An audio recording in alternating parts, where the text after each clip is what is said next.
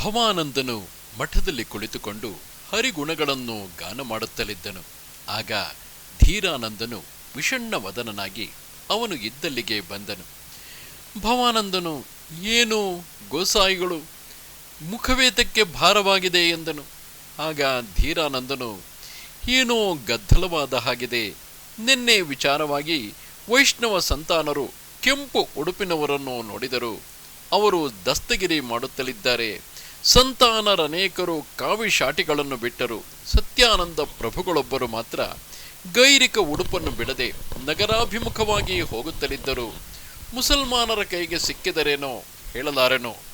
ಭವಾನಂದನು ಹೇಳುತ್ತಾನೆ, ಅವರನ್ನು ಹಿಡಿದಿಡುವ ವೀರರಾದ ಮುಸಲ್ಮಾನರು ಭೂಮಿಯಲ್ಲೇ ಹುಟ್ಟಿಲ್ಲ. ಆದರೂ ನಾನು ಒಂದು ಸಲ ನಗರದ ಕಡೆ ಹೋಗಿ ತಿರುಗಾಡಿಕೊಂಡು ಬರುವೆನು. ನೀನು ಮಠದ ಕಡೆ ನೋಡಿಕೊಂಡಿರು. ಹೀಗೆ ಹೇಳಿ ಭವಾನಂದನು ಎದ್ದು ಒಂದು ಕೊಠಡಿಯೊಳಗೆ ಹೋಗಿ ಒಂದು ದೊಡ್ಡದಾದ ಪೆಟ್ಟಿಗೆಯನ್ನು ತೆಗೆದು ಅದರಿಂದ ಕೆಲವು ಬಟ್ಟೆಗಳನ್ನು ತೆಗೆದುಕೊಂಡನು. ಇದ್ದಕ್ಕಿದ್ದ ಹಾಗೆ ಭವಾನಂದನು ರೂಪಾಂತರವನ್ನು ಧರಿಸಿದನು. ಕಾವಿ ಶಾಟಿಗೆ ಬದಲಾಗಿ ಸೊಗಸಾದ ಪಾಯ್ಜಾಮ, ಒಳಕವಚ, ಹೊರ ನಿಲುವಂಗಿ, ತಲೆಗೆ ಪೇಟ, ಕಾಲಿಗೆ ಚಡಾವು ಇವುಗಳಿಂದ ಶೋಭಿತನಾದನು. ಮುಖದಲ್ಲಿ ಚಂದನದ ಚಿಹ್ನೆಯು ಲುಪ್ತವಾಗಿತು. ಭ್ರಮರದೋಪಾದಿಯಲ್ಲಿ ಕೃಷ್ಣವರ್ಣವುಳ್ಳ ಸ್ಮಶ್ರು ಶೋಭಿತವಾದ ಸುಂದರವಾದ ಮುಖಮಂಡಲವು ಅಪೂರ್ವವಾದ ಕಾಂತಿಯನ್ನು ಹೊಂದಿತು. ಆ ಕಾಲದಲ್ಲಿ ಅವನು ಮೊಘಲ್ ಜಾತಿಯ ಯುವ ಪುರುಷನೆಂದು ಕಾಣಿಸುತ್ತಲಿದ್ದನು. ಭವಾನಂದನು ಈ ಪ್ರಕಾರ ಮೊಘಲರವನಾಗಿ ಶಸ್ತ್ರಪಾಣಿಯಾಗಿ ಮಠದಿಂದ ಹೊರಟನು. ಅಲ್ಲಿಂದ ಕಾಡು ಪ್ರಾರಂಭ. ಆ ಗುಡ್ಡಗಳ ಮಧ್ಯದಲ್ಲಿ ಒಂದು ನಿರ್ಭೃತವಾದ ಸ್ಥಳ. ಅಲ್ಲಿ ಅನೇಕ ಕುದುರೆಗಳನ್ನು ಕಟ್ಟಿಹಾಕಿದ್ದವು.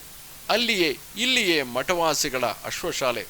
ಭವಾನಂದನು ಅವುಗಳಲ್ಲಿ ಒಂದು ಕುದುರೆಯನ್ನು ಬಿಚ್ಚಿ ತಡಿ ಲಗಾಮು ಹಾಕಿ ಸವಾರನಾಗಿ ನಗರಾಭಿಮುಖವಾಗಿ ದೌಡಾಯಿಸಿಕೊಂಡು ಹೋದನು. ಹೋಗುತ್ತಿರುವಾಗ ಇದ್ದಕ್ಕಿದ್ದ ಹಾಗೆ ಅವನ ಗತಿ ರೋಧವಾಯಿತು.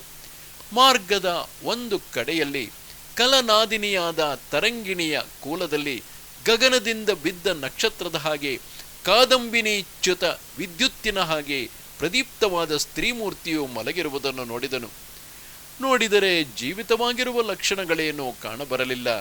ಬರಿದಾದ ವಿಷದ ಭರಣಿಯೊಂದು ಬಿದ್ದಿತ್ತು. ಭವಾನಂದನು ಆಶ್ಚರ್ಯಪಟ್ಟು ಖಿನ್ನನಾಗಿ ಭೀತನಾದನು. ಜೀವಾನಂದನ ಹಾಗೆ ಭವಾನಂದನು ಮಹೇಂದ್ರನ ಹೆಂಡತಿಯನ್ನು ಮಗುವನ್ನು ಸಹ ನೋಡಿರಲಿಲ್ಲ. ಜೀವಾನಂದನು ಯಾವ ಕಾರಣಗಳಿಂದ ಮಹೇಂದ್ರನ ಹೆಂಡತಿ ಮತ್ತು ಮಗುವಾಗಿದ್ದರೂ ಇರಬಹುದೆಂದು ಊಹಿಸಿದನೋ ಆ ಕಾರಣಗಳು ಭವಾನಂದನಿಗೆ ಗೋಚರವಿಲ್ಲ. ಅವನು ಬ್ರಹ್ಮಚಾರಿಯನ್ನು ಮಹೇಂದ್ರನನ್ನು ಸಹ ಬಂಧಿಯಾಗಿ ಕರೆದುಕೊಂಡು ಹೋದುದನ್ನು ನೋಡಿರಲಿಲ್ಲ. ಮಗುವೂ ಅಲ್ಲಿ ಇರಲಿಲ್ಲ. ಭರಣಿಯನ್ನು ನೋಡಿ ಯಾರೋ ರಮಣಿಯು ವಿಷವನ್ನು ನುಂಗಿ ಪ್ರಾಣವನ್ನು ಬಿಟ್ಟಿದ್ದಾಳೆ ಎಂದು ತಿಳಿದುಕೊಂಡನು.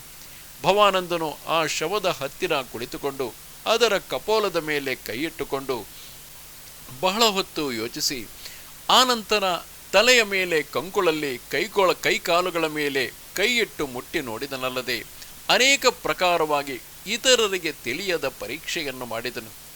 ಆಗ ಇನ್ನೂ ಕೈಮೀರಿಲ್ಲವೆಂದಂದುಕೊಂಡು, ಆದರೆ ಬದುಕಿಸುವ ವಿಧಾನ ಹೇಗೆ ಎಂದು ಪುನಃ ಯೋಚನೆಯಲ್ಲಿ ಮಗ್ನನಾಗಿ ಅಲ್ಲಿಂದ ವನದೊಳಗೆ ಹೋಗಿ ಒಂದು ಮರದಿಂದ ಕೆಲ ಸೊಪ್ಪುಗಳನ್ನು ಕಿತ್ತುಕೊಂಡು ಬಂದನು. ಆ ಎಲೆಗಳನ್ನು ಕೈಯಲ್ಲಿ ಹಿಂಡಿ ರಸವನ್ನು ಮಾಡಿ ಅದನ್ನು ಶವದ ಬಾಯಿಗೆ ಬಿಡಿಸಿ ಬಾಯಿಗೆ ಬಿಟ್ಟು ಬೆರಳಿನವಿಂದ ಗಂಟಲಿನವರೆಗೂ ತಳ್ಳಿ ಕಣ್ಣಿಗೂ ಮೂಗಿಗೂ ಸ್ವಲ್ಪ ಸ್ವಲ್ಪ ಆ ರಸವನ್ನು ಬಿಟ್ಟನು. ಅಂಗಾಂಗಗಳಿಗೂ ಹಚ್ಚಿದನು. ಹೀಗೆ ಬಾರಿಗೂ ಮಾಡುತ್ತಾ ಮಧ್ಯೆ ಮೂಗಿನ ಹತ್ತಿರ ಕೈಯಿಟ್ಟು ಶ್ವಾಸವಾಡುವುದೋ ಇಲ್ಲವೋ ನೋಡುತ್ತಲಿದ್ದನು. ಯತ್ನವು ವಿಫಲವಾಗುವ ಹಾಗೆ ತೋರಿತು. ಹೀಗೆ ಬಹಳ ಹೊತ್ತು ಪರೀಕ್ಷೆ ಮಾಡುತ್ತಿದ್ದ ಹಾಗೆ ಭವಾನಂದನ ಮುಖವು ಸ್ವಲ್ಪ ಪ್ರಫುಲ್ಲವಾಯಿತು.